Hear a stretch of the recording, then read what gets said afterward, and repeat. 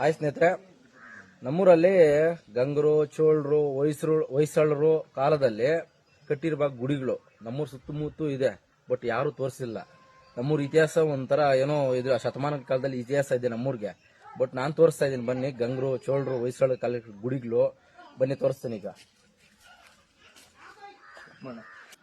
ನೋಡಿ ಫ್ರೆಂಡ್ಸ್, ಇದೆ ಅಲ್ಲಿ ದೇವ್ರಗಳ ವಿಗ್ರಹ ಕಾಣಿಸ್ತಾ ಇದೆಯಾ? ಇಲ್ಲಿ ಚಿಕ್ಕ ಚಿಕ್ಕದಾಗಿ ಮಕ್ಕಳಿದ್ದಾರೆ, ಮತ್ತು ಕತ್ತಿ, ಮಕ್ಕಳ ಕೈಯಲ್ಲಿ ಕತ್ತಿ ಇದೆ. ಇದು ಗಂಗರು ಕಟ್ಟಿರೋದು, ಹೊಯ್ಸಳರು, ಚೋಳರು ಆ ಕಾಲದಲ್ಲಿ ಕಟ್ಟಿರೋ ಗುಡಿಗಳಿದು.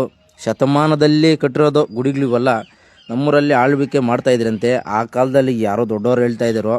ಬಟ್ ಈಗ ನಾನು ಎಷ್ಟು ದಿನದಿಂದ ನಾನು ನೋಡಿಸ್ಬೇಕು ಅಂದ್ಕೊಂಡೆ. ಇವತ್ತು ತೋರಿಸ್ತಾ ಇದ್ದೀನಿ. ನೋಡಿ ಎಷ್ಟು ಚೆನ್ನಾಗಿದೆ ಬೊಂಬೆಗಳು ಎಲ್ಲ. ಆದರೂ ಮುಚ್ಚೋಗಿದೆ ಎಲ್ಲ. ನೋಡಿ ಅವ್ನು ನೃತ್ಯ ಕತ್ತಿ ಹಿಡ್ಕೊಂಡಿರೋದು, ಭರತನಾಟ್ಯ ಆಡ್ತಾ ಇರೋದು ಎಲ್ಲ ತೋರಿಸ್ತಾ ಇದ್ದೀನಿ. ನೋಡ್ರಿ, ಆ ಮಕ್ಕಳು, ಹೆಂಡತಿ, ಗಂಡ ಅದೇನೋ ಕತ್ತಿ ಹಿಡ್ಕೊಂಡಿದ್ದಾರೆ.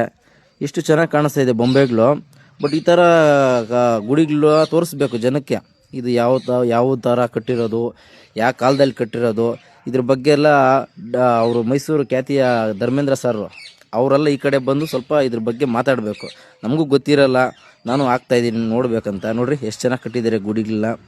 ನೋಡಿ, ಇದು ಹುಣಸೆ ಮರ ಆನ್ಕೊಂಡಿದೆ. ಬಟ್ ಇದ್ರ ಒಳಗಡೆ ಒಂದು ಫೋಟೋ ಇದೆ, ದೇವರು ಕೆತ್ತನೆ ಮಾಡಿದ್ದಾರೆ. ಈ ಗುಡಿ ಒಳಗಡೆ ಅದೇನೋ ಕುತ್ಕೊಳಕ್ಕೆ ಎಲ್ಲ ಮಾಡಿ ಎಲ್ಲ ಇದು ಮಾಡ್ಕೊಂಡಿದ್ದಾರೆ.